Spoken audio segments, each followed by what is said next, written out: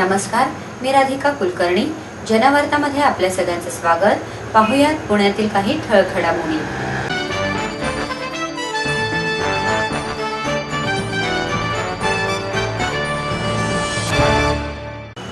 वटवृक्षाची पूजा करत शहरात विविध ठिकाणी वटपौर्णिमेचा सण साजरा करण्यात आला. वटपौर्णिमेच्या दिवशी सुवासिनी महिला वटवृक्षाची पूजा करतात. हळद कुंकू हे सौभाग्याचं प्रतीक आणि सौभाग्यवतीचे फणी, करंडा, काळी पोत, हिरव्या बांगड्या हे सौभाग्य अलंकार तिथे अर्पण करतात. वडाला 5 प्रदक्षिणा मारून सूत गुंडाळतात. मनोभावे वटवृक्ष राजाचे पूजन करतात. ह्या व्रताशी संबंधित अशा सावित्रींचे स्मरण पूजन करतात. सावित्री हिने आपला पती सत्यवान ह्याचे प्राण यमाकडून कसे परत मिळवले ह्याबद्दल एक पौराणिक कथा सांगितली जाते. सावित्री ही भद्र देशाचा राजा अश्वपती ह्याची कन्या. आपल्या सत्वगुणी समंजस, गुणवान, रूपवान, धैर्यवान आणि सुशील कन्येबद्दल राजा राणीला मोठा अभिमान होता. खरं तर अशा ह्या सुंदर राजकन्येला कुणीही एखादा राजकुमार सहजपती म्हणून मिळाला असता, पण तसं घडलं नाही. तिनं निवड केली ती जंगलात राहणाऱ्या सदाचारणी, सत्यवचनी, सामर्थ्यवान आणि आपले नाव सार्थ करणाऱ्या सत्यवानाची. सत्यवान हा अल्पायुषी होता. लग्नानंतर तो 1 वर्षातच मृत्यू पावेल हे भाकीत ठाऊक असूनही ही सावित्री तिच्याशीच विवाह करते.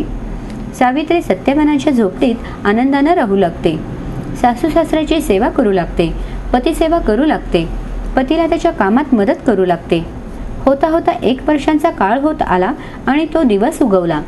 पहाटेपासूनच सावित्रीला अपशकुन होऊ लागले. तिने एक वेगळाच निश्चय केला.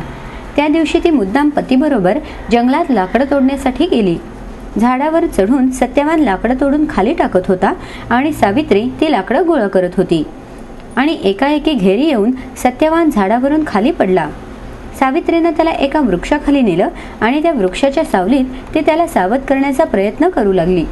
तेवढ्यात तिथं यमराजाची स्वारी आली आणि सत्यवानाचे प्राण हरण करून घेऊन जाऊ लागली. तशी सावित्री ही यमराजांचे मागे धावत जाऊ लागली. आपल्या पतीचे प्राण परत मागू लागली. बाळ मृत्यूच्या मार्गावरच प्रत्येक जीव हा एकटा असतो. त्याचा कोणी सोबती नसतो. तो परत जा, यमराज म्हणाले. तेव्हा पती वाचून पत्नीने जगावे का? तिच्या जगण्याला काही अर्थ राहतो का? सहगमन हा पत्नीचा धर्म आहे असं शास्त्रच सांगताना अशी अनेक प्रश्नोत्तरे करून सावित्रीने अखेर यमराजाचे मन जिंकले. तिचा निश्चय, धैर्य, धर्मशास्त्राचं ज्ञान, तिचं बुद्धी कौशल्य, चतुराई हे सारं पाहून यमराज प्रसन्न होऊन म्हणाले, सावित्री एक लक्षात ठेव, केवळ पतीचे प्राण सोडून हवे ते माग, मी ते देईन. बोल काय हवे तुला? मग सावित्रीने चतुराईने यमाकडे सासऱ्यांचं गेलेलं राज्य मागितलं. यम हो म्हणाला. सासू सासऱ्यांना दृष्टी मागितली. यमराजाने ती दिली. असं एक मागता मागता सावित्रीने पुत्र मागितला. यमराज इतर मागण्यांप्रमाणे हो म्हणाले आणि दिल्या शब्दाप्रमाणे पुत्रप्राप्तीसाठी यमराजांना सत्यवानाचे प्राण परत द्यावे लागले. ही पौराणिक कथा खरंच श्रवणीय आणि बरंच काही शिकवून जाणारी आहे. त्या कथेचं स्मरण, वटवृक्षाचे पूजन आणि सौभाग्यवर्धा मागण्याचा हा दिवस.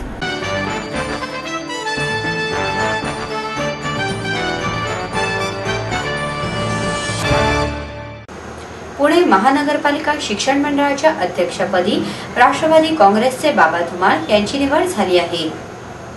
बेकायदेशीर कुंड्या खरेदी प्रकरणी विद्यमान अध्यक्ष रवी चौधरी यांना कार्यकाल पूर्ण करण्याआधीच अध्यक्षपदाचा राजीनामा द्यावा लागला. त्यामुळे या पदासाठी पुन्हा निवडणूक झाली. बाबा धुमाळ यांना यासाठी राष्ट्रवादीने पुन्हा एकदा संधी दिली. त्याच्या विरोधात महायुतीच्या वतीने मंजुश्री खर्डेकर यांनी निवडणूक लढवली. मात्र काँग्रेस राष्ट्रवादी आघाडी असल्याने अपेक्षेप्रमाणे त्यांचा पराभव झाला. त्यांना 4 तर बाबा धुमाळ यांना 9 मते मिळाली. राष्ट्रवादीकडून वासंती काकडे आणि लक्ष्मीकांत खाविया या 2 नावांची अध्यक्षपदासाठी चर्चा होती. मात्र अचानक बाबा धुमाळ यांच्या नावाची घोषणा करण्यात आली. यापूर्वीही बाबा धुमाळ यांनी शिक्षण मंडळ अध्यक्षपद भूषवलं आहे. शिक्षण मंडळावर कायमच भ्रष्टाचाराचे आरोप होत असतात. ते शिक्षण मंडळाची प्रतिमा बदलण्याचा प्रयत्न करणार असल्याचं बाबा धुमाळ यांनी सांगितलं. महापौर चंचला कोदरे यांनी निवडीनंतर धुमाळ यांचं अभिनंदन केलं. नरेंद्र व्यवहारे यांच्या अध्यक्षतेखाली ही निवडणूक पार पडली. शिक्षण मंडळ अध्यक्षपदाच्या आजच्या निवडणुकीच्या दिवशी आज जी निवडणूक लागली होती त्या सर्वप्रथम मी आमच्या राष्ट्रवादी काँग्रेस पार्टीचे आमचे नेते मार्गदर्शक माननीय राज्याचे उपमुख्यमंत्री माननीय अजितदादा पवार साहेब यांचं मी मनापासून या ठिकाणी आभार मानतो, धन्यवाद देतो की माझ्यासारख्या सर्वसामान्य कार्यकर्त्याला शिक्षण मंडळाचं दुसऱ्यांदा अध्यक्षपद या ठिकाणी दिलेलं आहे आणि एक माझा विश्वास या ठिकाणी व्यक्त केला, त्याबद्दल मी माझ्या सर्व राष्ट्रवादी काँग्रेस पार्टीचे सर्वच पदाधिकारी असतील, माननीय पवारसाहेब असतील, सुप्रियाताई सुळे असतील, वंदनाताई चव्हाण असतील, आमच्या शिक्षण मंडळाचे सर्व सभासद असतील, यांचं मला सर्वप्रथम मी आभार मानतो. गेले 2-2.5 वर्षापासून शिक्षण मंडळ सदस्य आणि त्या अगोदर 1.25 वर्ष अध्यक्षपदाची धोरण करत असताना अनेक नवीन उपक्रम राबवण्याचा प्रयत्न केला होता.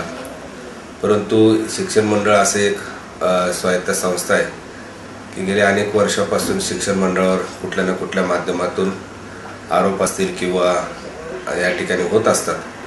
पण ह्याच्यातून मार्ग काढण्याच्या दृष्टिकोनातून मी आमचे सर्व सभासद असतील त्यांना विश्वासात घेऊन भविष्यात अशा प्रकारचे कुठल्या प्रकारचे आरोप प्रत्यारोप किंवा होणार नाही अशा प्रकारची मी या ठिकाणी काळजी घेणार की जेणेकरून शिक्षण मंडळाचं नावलौकिक असेल, आमच्या पक्षाचं नावलौकिक असेल, कुठल्या प्रकारचं होणार नाही अशा प्रकारचं मी भविष्यात या ठिकाणी काळजी घेणार आहे आणि सर्वांना विश्वासात घेऊन सर्वांना बरोबर घेऊन या ठिकाणी कामकाज करण्याचा मी प्रयत्न करणार आहे.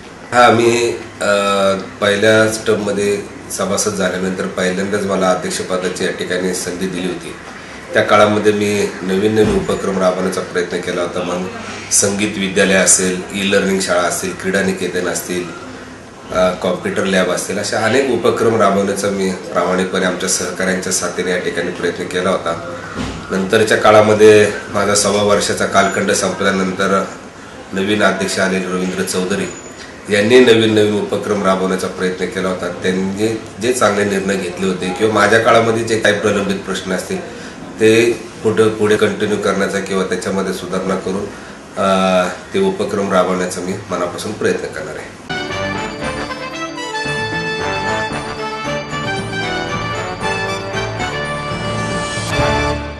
आई वडिलांनी पै जमवून मला शिकवण्याचा निर्णय घेतलेला कळत होता.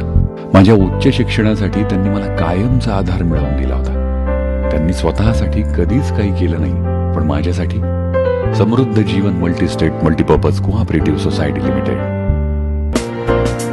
गुंतवणूक भावनांची, आनंद लक्षावधीचा.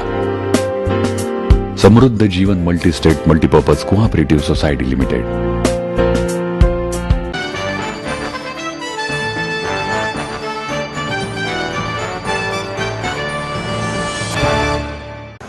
गोदरेज लॉकिंग सोल्युशन अँड सिस्टीमच्या इनोव्हेशन एक्सप्रेसच्या दुसऱ्या आवृत्तीचे अनावरण करण्यात आलं. इनोव्हेशन एक्सप्रेसचे अनावरण गोदरेज लॉक्सचे regional manager west region Yogesh Patel यांच्या हस्ते करण्यात आलं. MECच्या पहिल्या आवृत्तीच्या यशानंतर गोदरेज लॉक्सची दुसरी आवृत्ती इनोव्हेशन एक्सप्रेस एक्सपिरियन्स सेंटरच्या संकल्पनेला पुढील स्तरावर घेऊन जाईल. हे उत्पादनांच्या आकर्षक प्रदर्शनाच्या माध्यमातून विकसित तंत्रज्ञान आणि डिझाईन आधारित नाविन्यतेचे प्रदर्शन आहे. हे प्रमुख वास्तुकार, ग्राहक, इंटिरियर डिझायनर्स आणि डीलर्सना गोदरेज उत्पादनांचा एक एक्सक्लुझिव्ह टच अँड फील अनुभव उपलब्ध करते. या उत्पादनांच्या शृंखलेची निर्मिती लक्ष्य करण्यात आलेला समूह आणि त्यांच्या आवश्यकता ध्यानात घेऊन करण्यात आली आहे. इनोव्हेटिव्ह एक्सप्रेस व्हॅनच्या अनावरणाविषयी बोलताना योगेश पटेल म्हणाले, सुरक्षा प्रदान करण्याच्या आमच्या 117 वर्षांपेक्षा जास्त काळाच्या वारशादरम्यान आमचा सातत्यपूर्ण प्रयत्न राहिला आहे की आम्ही आपल्या ग्राहकांच्या अनुभव आधाराला वाढवू. MECच्या आमच्या पहिल्या आवृत्तीच्या यशानंतर मला नाविन्याचे आणखी एक पाऊल दुसरे मोबाईल एक्सपिरियन्स सेंटर इनोव्हेशन एक्सप्रेसचे अनावरण करून अत्यंत अभिमान वाटतो आहे. यामुळे आमच्या विकसित उत्पादनांच्या व्यापक शृंखलेने उत्कृष्ट काम केलं आहे. आम्ही हा प्रयास सतत सुरूच ठेवू इच्छितो आणि आशा करतो की तुम्ही सर्वजण आमच्या या नवीन सादरीकरणाचा आनंद घ्याल, कारण हे सर्व आकांक्षा आणि आव्हानांवर खरे सिद्ध होणारे उत्पादन आहे. पूर्णपणे नवीन MEC अशा उत्पादनांची शृंखला सादर करते, ज्यामध्ये PVD फिनिशने युक्त मोर्टाईज हँडल्स, ॲडव्हान्स इलेक्ट्रॉनिक लॉक्स आणि सौंदर्यपूर्णरित्या विकसित मेन डोअर लॉक्सचा देखील समावेश आहे. MECला संपूर्ण भारताच्या प्रमुख मेट्रोजमध्ये सादर करण्यात येईल, जेणेकरून याला व्यवसायाच्या प्रमुख प्रभावकर्त्यांशी जोडले जाऊ शकेल. जयपूरमध्ये दाखल केल्यानंतर हे एक्सपिरियन्स सेंटर आपल्या पहिल्या टप्प्यामध्ये देशाच्या 20 प्रमुख शहरांचा दौरा करण्याकरता सज्ज आहे. एक्चुअली हमारा जो उद्देश्य है वो ग्राहक को ध्यान में रख के हम लोग जो भी काम करते हैं वो ग्राहक ध्यान में रख के करते हैं. ग्राहक की नीड एंड एक्सपेक्टेशन जो होती है उसको हम ग्राहक को मिल के हम समझते हैं उससे, और बाद में हम ये काम करते हैं. जैसे कि ये जो इनोवेशन एक्सप्रेस है, इट्स अ मोबाइल. आप समझ सकते हो मोबाइल मीन्स कस्टमर को जहाँ ये चीज़ चाहिए वहाँ पे उसको हम ये इनोवेशन एक्सप्रेस को वहाँ लेके जा सकते हैं, और उसको पूरा जो हमारा प्रोडक्ट है वो प्रोडक्ट के बारे में हम बता सकते हैं. लोगों को पता तो है कि पेडलॉक के बारे में पता है, फर्नीचर के बारे में पता है, लेकिन जो नई जो प्रोडक्ट है, आधुनिक प्रोडक्ट्स है, उनके बारे में लोगों को पता नहीं होता है. लोगों को तो ठीक है, लेकिन आर्किटेक्ट्स है, इंटीरियर है, इन लोगों को भी पता नहीं होता है. तो जो हमारा जो अवेयरनेस कैंपेन है, तो this is a part of the awareness campaign. ये हमारा जो पूरा रूट होता है, जैसे कि अभी नेक्स्ट 2 दिन के लिए पुणे के अंदर है, बाद में वो यहाँ से फिर मुंबई जाएगा, फिर गोवा जाएगा. तो हमारा एक पूरा रूट होता है, वो रूट के हिसाब से ये चलता है, और वहाँ वो पर्टिकुलर सिटी में जाता है, वहाँ पे 3 से 4 दिन वो रहता है. देखो टेक्नोलॉजी की जो बात है कि हमारे पास 5 लेवल ऑफ टेक्नोलॉजी है, different level of technology. Padlock और furniture is a basic level of technology, और जो हाई एंड जो टेक्नोलॉजी है जिसमें कार्ड लॉक्स है, इलेक्ट्रॉनिक्स लॉक्स है, वो सब लॉक्स होते हैं उसके अंदर. उसके अलावा अल्ट्रा टेक्नोलॉजी भी है, अल्ट्रा एक्सेस टेक्नोलॉजी भी हमारे पास है. तो वो कस्टमर जिसका पॉकेट को जो परवड़ता उसके हिसाब से हम लोग उसको लॉक सजेस्ट करते हैं.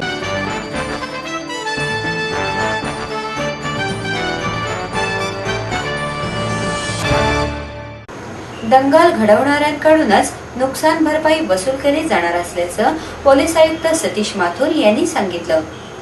गेल्या आठवड्यात सोशल मीडियावर महापुरुषांबाबत आक्षेपार्ह मजकूर आणि फोटो पोस्ट केल्यानंतर शहर आणि जिल्ह्याच्या विविध भागांमध्ये दगडफेक आणि हिंसक घटना घडल्या. त्या पार्श्वभूमीवर पुणे महापालिका आणि पोलीस यांच्या वतीने शांतता समितीची बैठक बोलावण्यात आली होती. महापालिकेच्या छत्रपती शिवाजी महाराज सभागृहात ही बैठक झाली. त्यावेळी पोलीस आयुक्त माथुर यांनी ही माहिती दिली. महापौर चंचला कोद्रे यांच्या अध्यक्षतेखाली झालेल्या या बैठकीमध्ये महापालिका आयुक्त विकास देशमुख, MITचे संस्थापक डॉक्टर विश्वनाथ कराड यांच्यासह शहरातील अनेक हिंदू मुस्लिम संघटनांचे प्रतिनिधी, फुले शाहू आंबेडकर संघटनांचे प्रतिनिधी, नगरसेवक मोठ्या संख्येने उपस्थित होते. गेल्या काही दिवसात सोशल मीडियाचा हस्तक्षेप मोठ्या प्रमाणात वाढला असून फेसबुक, व्हॉट्सॲप याच्या माध्यमातून आक्षेपार्ह मजकूर शेअर आणि लाईक केला जातो.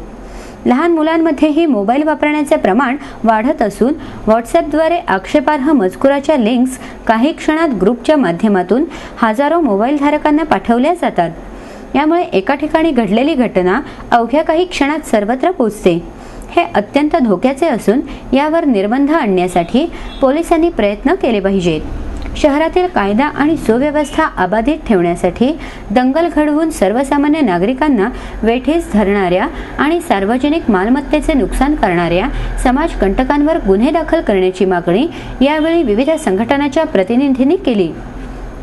मूठभर लोक संपूर्ण शहराला वेठीस कसे धरू शकतात याचा प्रत्यय या हिंसक घटनांच्या निमित्ताने आला.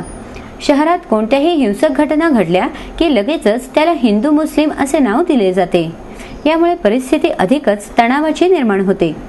फेसबुक, व्हॉट्सॲप यासारख्या सोशल मीडियावर नियंत्रण आणणे मोठे अवघड असले तरी शहरातील प्रत्येक नागरिकाने तरुण मुलामुलींबरोबर बोलून याविषयी जनजागृती केली पाहिजे अशी अपेक्षा यावेळी व्यक्त करण्यात आली.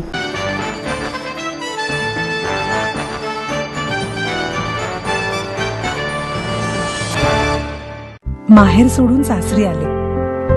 इथेही प्रेमाची, मायेची माणसं होती. पण माझं भविष्य सुरक्षित आहे याचा आनंद, आत्मविश्वास वाढवणारा होता.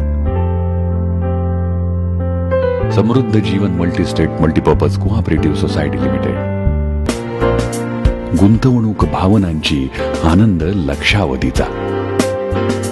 Samruddha Jeevan multistate multipurpose cooperative society limited.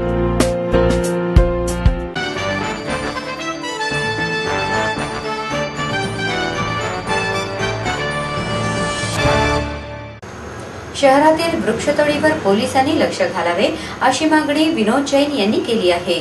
शहरात होणारे वृक्षतोडीचे प्रकार थांबवण्यासाठी पोलिसांनी गंभीर भूमिका घ्यावी आणि प्रसंगी बळाचा वापर करावा अशी मागणी विनोद जैन यांनी केली आहे. पुणे महापालिकेकडे वृक्षतोड करणारा अधिकृत ठेकेदार नाही.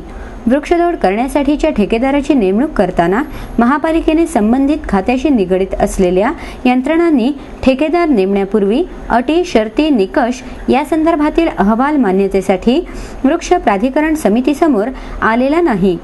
शहरातील वृक्षगणना अद्याप पूर्ण झाली नसल्याचं त्यांनी नमूद केलं. वृक्ष अधिकारी हे पद उद्यान खात्याकडे सुपूर्त करण्यात आले असले तरी कायद्याप्रमाणे वृक्ष प्राधिकरण समिती वृक्ष अधिकारी या पदाची नेमणूक करत असल्याचं ते यावेळी म्हणाले.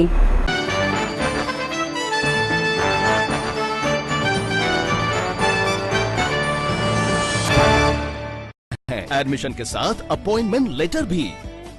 बी civil, computers, electronics, electronic and telecommunications, IT and mechanical. MA Computers, Electronics, IT and Mechanical, Diploma Engineering, Mechanical and Computer. MBA Finance, HR and Marketing. BCA, BBA, MBA and MCA for Engineering और साथ ही D.Pharm, B.Pharm और M.Pharm भी. Siddhant International School CBSE from nursery to 5th standard. Siddhant College. Transport एवं hostel facility. 22 एकड़ का विशाल campus. AICT Delhi और Pune university द्वारा मान्यता प्राप्त.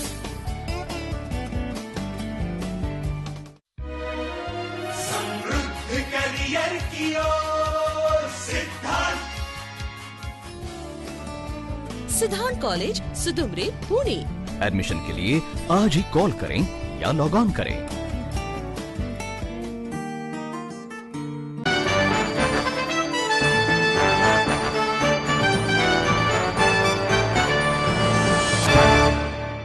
जयंती आणि पुण्यतिथी निमित्तच आमची आठवण होते का असा सवालच जणू पुण्यातील पुतळे करत आहेत. पाहुयात याबाबत जनवार्ताचा विशेष वृत्तांत.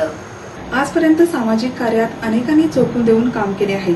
स्वातंत्र्यपूर्व काळात देशासाठी लढलेले असोत अथवा स्वातंत्र्योत्तर काळात एखाद्या लढाईसाठी लढलेला नेता असो, समाजात आजपर्यंत होऊन गेलेल्या सावरकर, झाशीची राणी, अण्णाभाऊ साठे, सावित्रीबाई फुले, ज्योतिराव फुले, बाबासाहेब आंबेडकर अशा अनेक मान्यवरांचे आपल्या मनात एक अढळ स्थान आहे आणि म्हणूनच त्यापैकी काही व्यक्तींचे पुतळे त्यांची एक आठवण म्हणून उभारले जातात. त्यांच्या जयंती, पुण्यतिथीला त्यांना हार, फुले अर्पण करून छोटेखानी समारंभ ठेवून त्यांच्या आठवणी जागवल्या जातात. मात्र हे कार्यक्रम झाल्यानंतर कित्येक दिवस ते तसेच पुतळ्यावर पाहायला मिळतात. याकडे प्रसिद्धीसाठी हपापलेले कार्यकर्ते, पुढारी दुर्लक्ष करतानाच दिसतात. जयंती किंवा पुण्यतिथी आल्यानंतर काही दिवस आधी या पुतळ्यांची साफसफाई केली जाते. पुतळे बसून लख्ख केले जातात. मात्र उरलेले वर्षभर आपण अशा युगपुरुषांची आठवण तरी काढतो का याचा विचार पुढारी कार्यकर्त्यांनीच नव्हे तर महापालिकेनेही करणे आवश्यक आहे. नुसताच आपला नेता म्हणून मिरवण्यापेक्षा त्यांचे विचार, आचार स्वतःच्या कृतीतून दाखवून देत त्यांना मानवंदना देणे आवश्यक आहे. तसेच महानगरपालिकेनेही शहरातील सर्व पुतळ्यांच्या साफसफाई आणि देखभालीची जबाबदारी घेत त्याकरिता कर्मचारी नेमण्याची आवश्यकता आहे. आमच्या प्रतिनिधींनी जेव्हा प्रत्यक्षात पुतळ्यांची पाहणी केली असता काही पुतळ्यांच्या आजूबाजूला प्रचंड अस्वच्छता दिसून आली. अनेक पुतळ्यांचे हार कित्येक दिवस काढलेच गेले नसल्याचं निदर्शनास आलं. काही पुतळ्यांच्या समोर असणाऱ्या सुशोभित हिरवळींची जागा केरकचऱ्याने आणि बाटल्या दगडमातीने घेतल्याचे पाहायला मिळाले. काही पुतळ्यांची तर इतकी वाईट अवस्था होती की त्या पुतळ्यांवरील टवके उडाले होते. या सर्वांमध्ये हास्यास्पद बाब अशी की यापैकी अनेक पुतळ्यांना नावेच नाहीत. त्यामुळे एखादी बाहेरच्या राज्यातील व्यक्ती आल्यास त्यांना हा पुतळा कोणाचा असा प्रश्न पडेल. खरं तर ही अतिशय गंभीर बाब असून प्रशासनाने याकडे लक्ष देण्याची गरज आहे. कारण अशा पद्धतीचे शहरात ठिकठिकाणी पुतळे असणे म्हणजेच त्या थोर समाजसेवक, क्रांतिकारकांची अवहेलना झाल्यासारखेच आहे. परत मातृभूमीला सागरा प्राण तळमळला. सावरकरांची वाक्य आपल्याला नक्कीच माहिती आहे. मेरी झाशी नहीं दूंगी ही झाशीची राणी म्हटलेली आहे.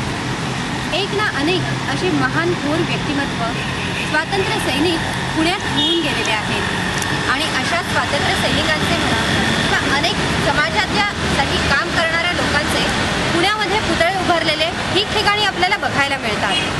मात्र या पुतळ्यांची आज दुरावस्था झालेली आहे हेच आपल्याला बघायला मिळत आहे. अनेकदा त्यांच्या जयंती, पुण्यतिथी साजरी केली जाते त्या दिवसापुरतंच त्यांचं काम बघितलं जातं, त्यांची आठवण केली जाते. मात्र त्यानंतर आपण हे सगळं विसरून उरलेल्या सगळ्या दिवसांमध्ये ह्या पुतळ्यांकडे काय होते, त्यांची अवस्था काय होती याकडे दुर्लक्ष करतो. अपेक्षा आहे हे पुतळे खरं तर जसे बसवलेले आहेत त्या स्थितीत व्यवस्थित राहिले पाहिजे आणि महानगरपालिकेने तसेच जे पुढारी आहेत जे त्या दिवसापुरते मिरवतात त्यांनीही याकडे नक्कीच लक्ष दिलं पाहिजे एवढीच अपेक्षा आहे. सुशांत राऊतसह राधिका कुलकर्णी, जनवार्ता न्यूज. जनवार्ताच्या माध्यमातून ही भाग प्रशासनाच्या निदर्शनास आणून देण्याचा हा एक छोटासा प्रयत्न. अपेक्षा आहे याबाबत काहीतरी ठोस पावलं उचलून या पुतळ्यांची देखभाल करण्यात येईल. प्रशासनाला जेव्हा जाग येईल तेव्हा येईल, तोपर्यंत ने मजसीने परत मातृभूमीला.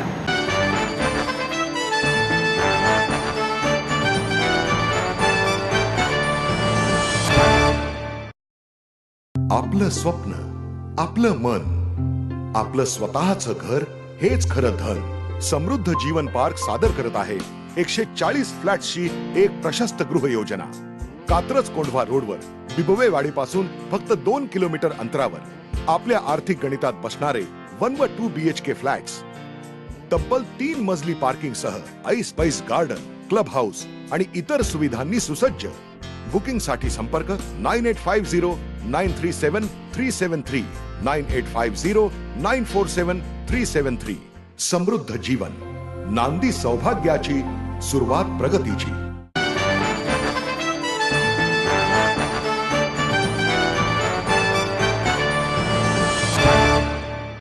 आणि याबरोबरच हे बातमीपत्र संपलं. पुन्हा भेटूया उद्या याच वेळी. नमस्कार.